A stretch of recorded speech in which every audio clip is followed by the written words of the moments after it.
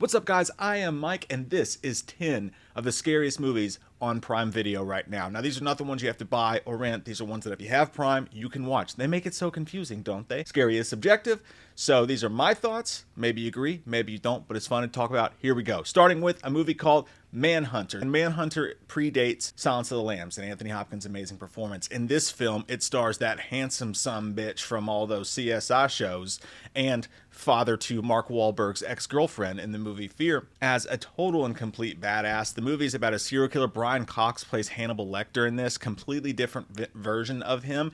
But the movie is this just wild 80s, super stylish, crazy intense serial killer movie about serial killers and profiling them and the people trying to catch them. And there's multiple killers in this movie. One of them specifically is the scariest killer that you'll ever see in a movie in your entire life.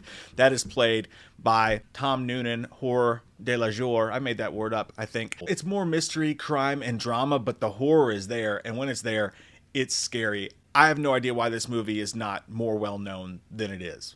Manhunter's fucking awesome. And it's one of Michael Mann's best films, in my opinion. And that's the guy who made Heat. Next up, we're going to touch on the found footage, which we always have at least one found footage in these movies because, you know, when you find the stuff that actually goes for the scares, a lot of times it's found footage. And that is a movie called House LLC. This movie, it spawned an entire franchise, and it has its fans. All I'll say about it is it takes from the idea of what if you went into a haunted house and it turned out to be real. So there's a really scary ass clown in it.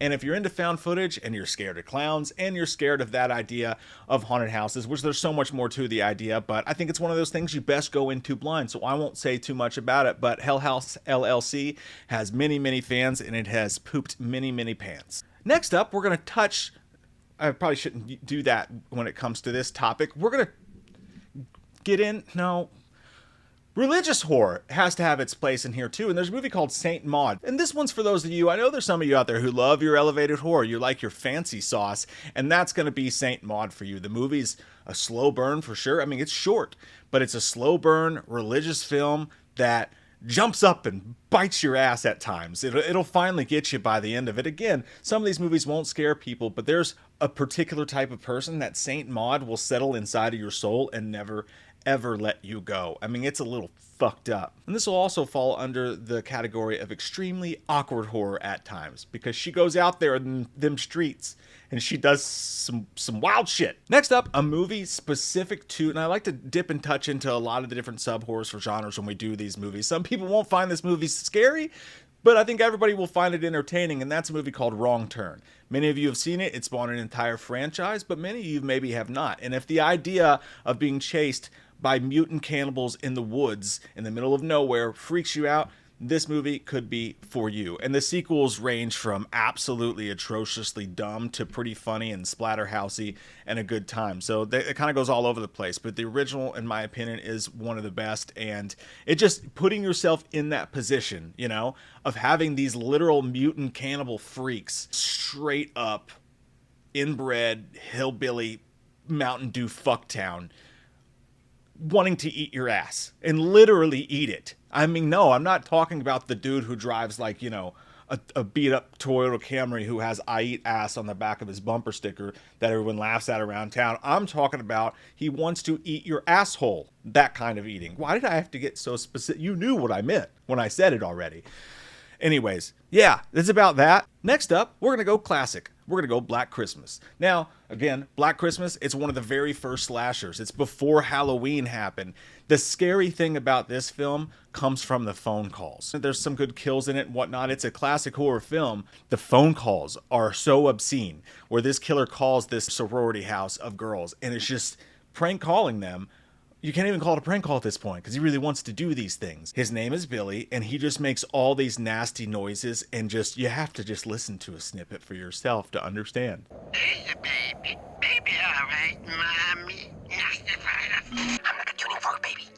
Not bad. Suck my juicy cock. There's some darkness in it. And we're going to stick with the slasher element for a minute here because we're going to go with a movie called Tourist Trap. I just watched this for the first time the other day, and what the fuck? I mean, what the fuck is this? Was wild, man. So it's your typical 70s, 80s slasher, right? Except for there's one big difference. It's got this whole other vibe to it, okay? Where this guy is walking around with this mask on, and it looks sort of like Leatherface's mask. It's got that same extremely haunting just face to it, but you can't really put your finger on it. It's like a Lego head mixed with bag head mixed with Leatherface, and there's just a ton of mannequins. There's mannequins used in this. You don't know if it's supernatural the entire movie or if it's a killer, because there's some crazy things happening. These people just basically trapped in this house where these mannequins keep showing up and jump scaring them and doing horrible things to them while this guy is running around killing people. And he talks. He has long conversations and his voice is just completely fucked. There's no doubt you will laugh at this movie, but I bet you'll be equally creeped out at times. Sometimes it lags quite a bit, but the shocking moments in it are definitely make the juice worth the squeeze for Tourist Trap. Next up, this movie's not a good time. You will not have fun. You're gonna sit down, shut the fuck up, and eat your peas. This movie's called Henry, Portrait of a Serial Killer, and this one's on several of the streaming services for sure, but we haven't talked about it yet. And it's Michael Rooker, who's an amazing actor. But dude, this thing just says, you know what? You want a serial killer movie? Why don't you live in it for a little while? It's a true story. It's based on a true story, and you just live with him. You just walk around and you live in this guy's cruddy ass apartment, and you eat his shitty scramby eggs, and you live with him and go through the streets with him, and his fucked up friendships and his fucked up relationships with people, and it's nasty and it's grimy, and it's like the inside of a shoe that you found in a dress shoe with a floppy bottom that you found inside of a vacant men's, hopefully vacant men's restroom at a public rest stop with cum on it. It's just really just makes you feel gross and deep. And it really, you want to take a movie that like, fuck that Ted Bundy shit with Ted Efron, I want the real stuff. This takes away all the shine and interest off of it and just goes, here, take it. It's real nice. I got it at Target. It's just a dark movie. Now a little something for you supernatural horror loving folks, and for those of you who want something that maybe they've never had on their plate before. This one's a little lesser known. It was just in 2015, and it's called We Are Still Here. Now this movie, it's got Barbara Crampton in it, it's got Larry Fessenden in it, it's directed by Ted Goagan, and it's about a lonely house that wakes up every 30 years and demands a human sacrifice. And that's all I'll say about it. It's a tidbit low budget, but honestly it looks good. Like it's a good looking film. It's a well directed film.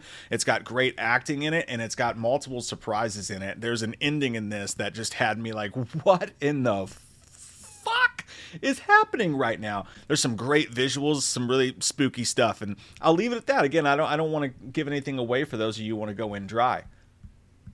Was that the correct way to say that? Or next up, we have The Collector. The Collector is a movie that it's one of those movies, every time someone's seen it, you're like, dude, I know. This guy looks like Batman, but like if Batman got dunked upside down in hell's asshole. Like it's all, his face is all amalgamated and weird, and he's got these reflective eyes that it makes him look like a cat, that the guy had to wear like 2 different pairs of contacts to do, and was basically could not see anything the entire time they filmed it. It's a really, really, really fucked up movie. It's for fans of Saw and for fans of people who that just like they don't mind their horror to be a little bit grody and mean and fucked up. It's definitely for fans, and it's made by the people who worked in, around, and on top of a lot of the Saw movies, so that makes sense. But this guy, it's just a fucked up story, man, where he goes in and he sets up all these booby traps for his victims and just murders people in the most insane, disgusting ways, and very inventive, extremely inventive. Sometimes the movies are a little bit dumb and silly, and it's a dark place to spend a couple hours, but both the first and the second Collector movies, both almost equally good. And finally, we're going to end it with not just a classic horror movie, not just any horror movie, we're going to end it with the fucking horror movie, and that is The Exorcist. Yes, I know, if you're looking for deep dives, hopefully there was a couple in there for you, but when they have The Exorcist, you got to talk about it. If you've never seen The Exorcist, and I realize most of you have, you're definitely going to get your people who are like, you know, and no offense to those who aren't scared by it, don't listen to them. Don't listen to the people like, actually, I didn't find The Exorcist frightening at all. Nothing like, say, The Conjuring. I'm like, shut up, Steve. Shut the fuck up, Steve Dave. I'm kidding. If you didn't like it, you didn't like it. But in my opinion, there is nothing on planet Earth that even rivals the frighteningness and the fucked upness and the awful, dark feeling I get in my asshole when I watch The Exorcist. Just don't expect it to be a fuck house bounce around. Don't expect it to be a fun bouncy house situation. They let the movie get in your soul a little bit, let it slow burn into you, and then when the stuff starts to happen, you are primed. I mean, you are primed and ready for Fucktown, and it gets dark at that point and twisted. So that's enough terrible analogies out of me. Not only that, but a bonus, Exorcist 3, completely different kind of movie. It's more of like a detective-ish movie, like Manhunter, like we mentioned, but it's also got its fucking frights in it for sure, and it's also got some dark shit, and one of the greatest jump scares of all time for those Conjuring type of lovers. So Exorcist 1 and 3, don't worry, you can skip 2. Stay away from it. Stay as far away as you can. It's the opposite of the Billy Madison thing. So, yeah, guys, that is, to me, the 10 of at least the scariest movies available to watch on Amazon Prime right now. I have done Tubi. I have done Netflix, at least as far as what's currently on there. What would you guys like to see me do next? I appreciate the love these videos are getting. I thank you all for them. And if you're new here, if you like these videos as well as horror updates on all your favorite horror franchises, make sure you click subscribe and the bell so you're notified next time we make one. Let me know, what are the scariest movies you guys have watched recently? I love your fucking faces. Hope you guys have an amazing day.